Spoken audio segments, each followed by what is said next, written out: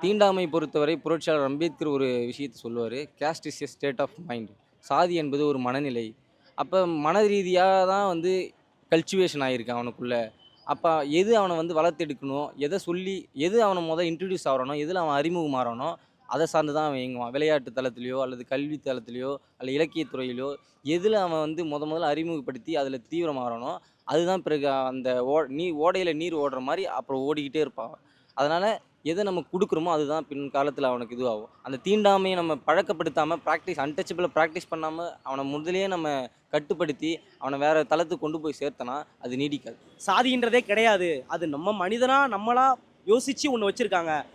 ஒரு ஒரு ஒருத்தவங்க வந்து தாழ்த்தப்பட்டவனாவே வச்சிருக்கணும். இன்னொருத்தவங்க நம்ம உயர்த்தப்பட்டவனா வச்சிருக்கணும். அதுக்கு காரணம் நாம நல்லா இருக்கணும் அப்படின்ற ஒரு சுய மனப்பான்மைய ஒழிக்கணும்.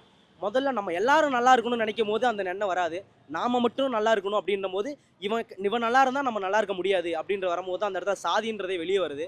அந்த மனப்பான்மைய நம்ம ஒழிக்கும்போது, ஆதிக்க சாதி அந்த இழிவான ஒரு வார்த்தைய நம்ம ஒழிச்சு கட்டுறதுக்கு மாணவர்கள் கண்டிப்பா ஒத்துழைக்கணும்.